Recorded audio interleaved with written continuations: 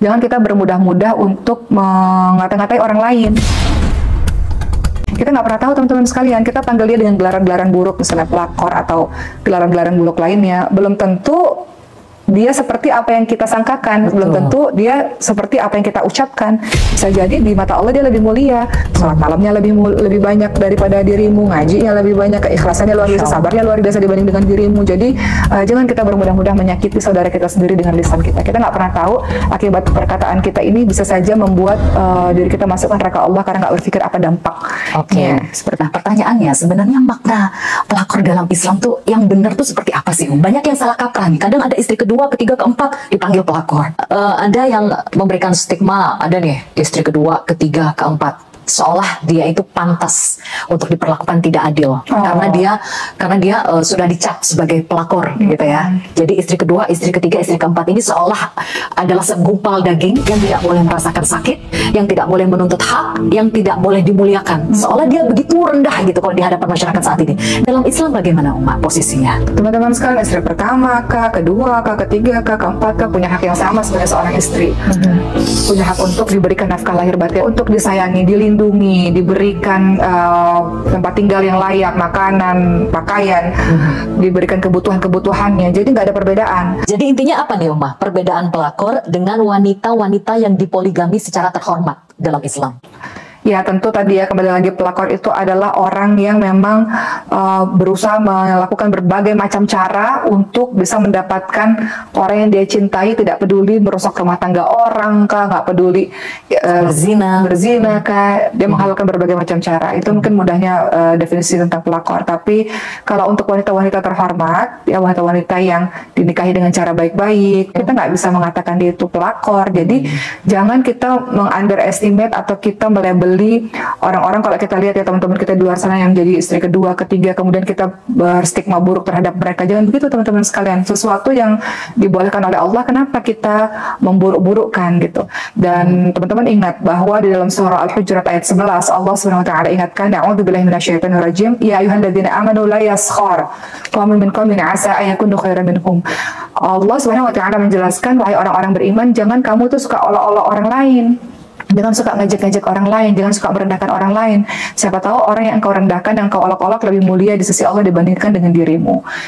Apakah istri kedua, ketiga, keempat yang dinikahi secara terhormat ini bisa disebut pelakor?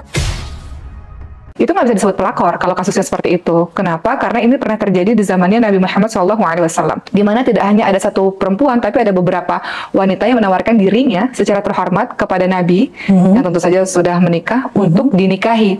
Wanitanya terhormat teman-teman semua. Ini juga terjadi kepada anaknya dari Sayyidina Umar bin Khattab, Sayyidah Hafsah binti Umar radhiyallahu anha. Namun ini beda ya, nggak menawarkan diri secara langsung, tapi melalui perantara bapaknya.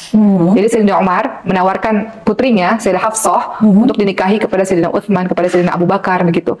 Apakah perempuan-perempuan seperti ini yang menawarkan diri untuk dinikahi disebut pelakor? Nggak bisa. Kita nggak bisa mengatakan begitu. Posisi laki-laki yang ditawar ini sudah beristri. Iya.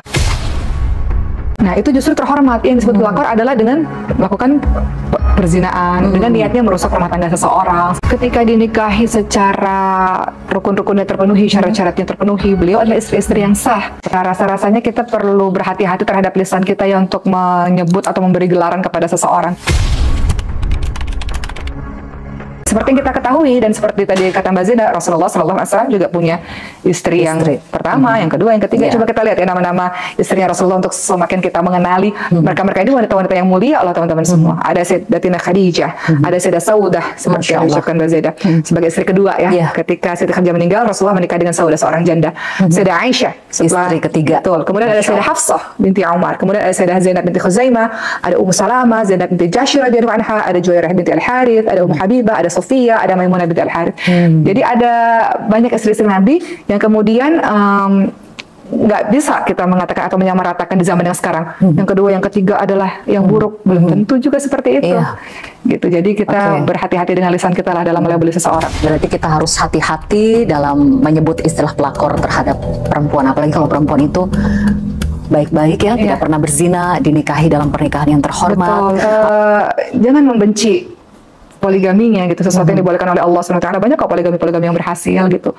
Kalau engkau tidak mau terjadi pada dirimu ya udah, tapi jangan membenci dan kemudian akhirnya menyebarluaskan kebencian kepada yang kedua, yang ketiga, yang keempat. Kalau ya kita nggak bisa mengatakan itu pelakor ya teman-teman semua. Yang tidak dicarikan istri pertama aja nggak boleh kita sebut pelakor ya, karena notabene Rasulullah juga mencari sendiri, tidak ada yang disebut pelakor, wanita-wanita mulia penghuni surga itu.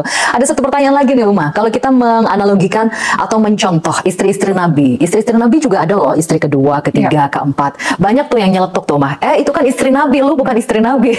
Bukankah istri Nabi itu contoh ya Uma ya, panutan ya, suri tauladan. Ya, istri-istri Nabi adalah ummahatul mukminin, adalah ibu orang-orang beriman yang kita teladani karakter-karakternya ya teman-teman semua, yang kita pelajari sirahnya, kita pelajari kisah hidupnya. Dan kalau mau berkaca mau jadi yang baik ya berkacanya kepada beliau-beliau ini. Gimana hukumnya jatuh cinta dengan suami orang? Atau jatuh cinta kita sikapi dengan oke, saya wanita terhormat, saya nggak mau zina, saya akan menawarkan diri saya untuk dinikahi olehnya. Atau saya wanita terhormat, saya minta tolong pada ayah saya atau pada perantara. Siti Khadijah pakai perantara siapa? Sahabatnya, kan Nafisah gitu, menawarkan kepada laki-laki yang terhormat tersebut, karena saya wanita terhormat, dia wanita terhormat, maka saya akan ajukan diri saya nggak pakai cara-cara berzina. Atau menyikapi jatuh cinta dengan cara ya mau dipoligami menjadi madu, istri kedua, istri ketiga, begitu. Itu nggak salah ya. Menawarkan diri dengan suami orang mulia. Iya, karena tidak berzina ya. Enggak, kan dia nggak melakukan apapun. Dia menawarkan diri, mau kamu mau menikahi dengan saya atau tidak. Kalau enggak ya, tapi hati-hati ya teman-teman sekalian. Ini juga kita harus tahu nih, kalau di zaman itu kan zaman Nabi ya.